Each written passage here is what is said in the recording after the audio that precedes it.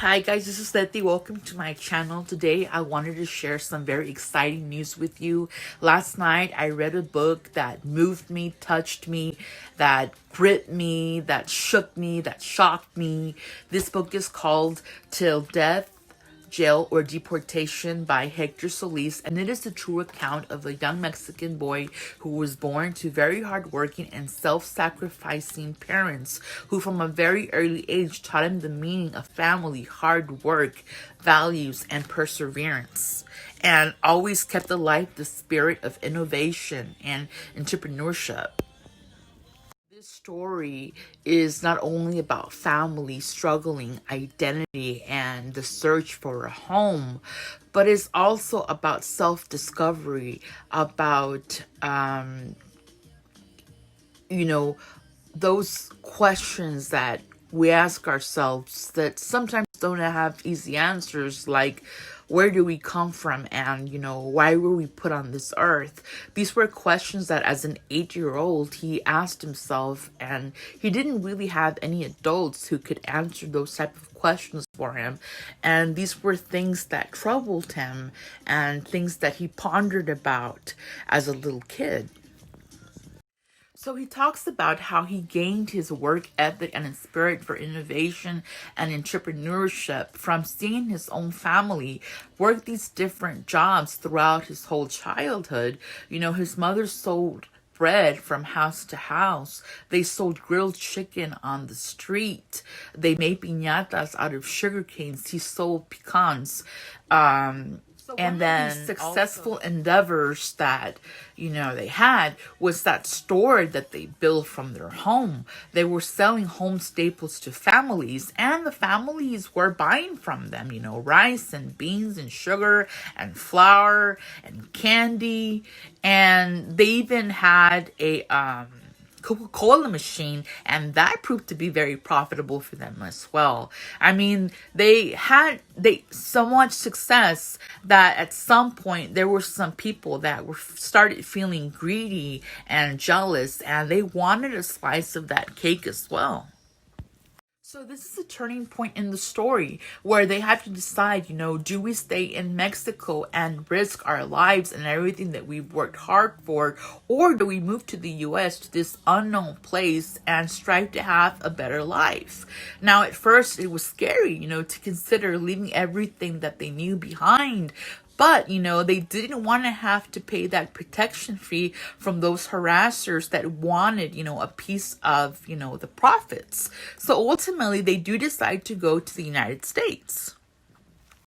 And so begins the struggle for finding a home, an identity for himself, a place of belonging.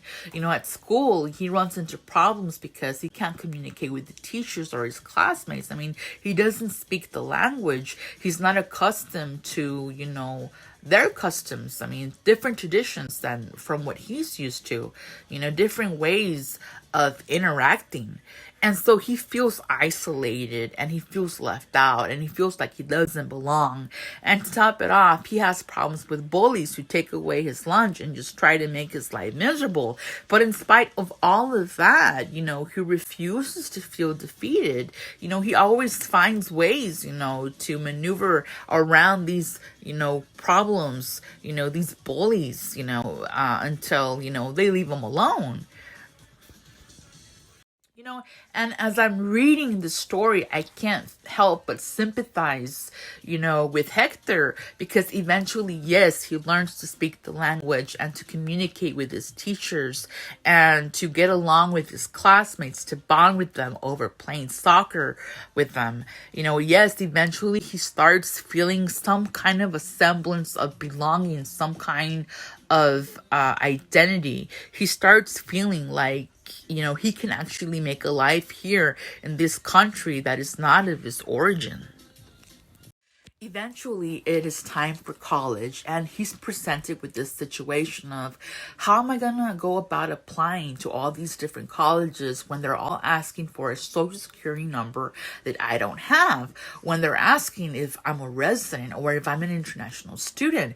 And yes, I mean, he was a resident, he was living in the United States, but he was not from the United States. I mean, he was from Mexico. eventually he seeks some advice, and he's presented with a solution that enables him to apply and to get accepted to college. And for him, this is a huge milestone because he's going to be the first in his family to attend college. Now, I don't want to spoil the rest of the story for you. I would like you to pick up the book, read it for yourself, and just immerse yourself in, these different anecdotes that will surely, warm your heart, that will move you to tears at some scenes, and at other times it will shock you. This book is not to be taken lightly. It's controversial. No doubt about it, because some people have very fixed ideas about immigration. It's a very polarizing subject, and it's very applicable to today's time. I mean, it resonates with the spirit of the times and the struggles and the uncertainties of all these people that are waiting for a reform in immigration policy. Guys, we have reached the end of this review. Thank you so much for watching and for letting me share these insights that I picked up with you today. I highly recommend this book. It is compelling. It will haunt you until the very ending page. I tell you, it is a must read. It really captures the essence and importance of immigration, of identity, of struggle and perseverance. If you like this video, please give it a thumbs up and stay tuned for my future reviews. Thank you very much, and as always, I send you all my love. Bye bye.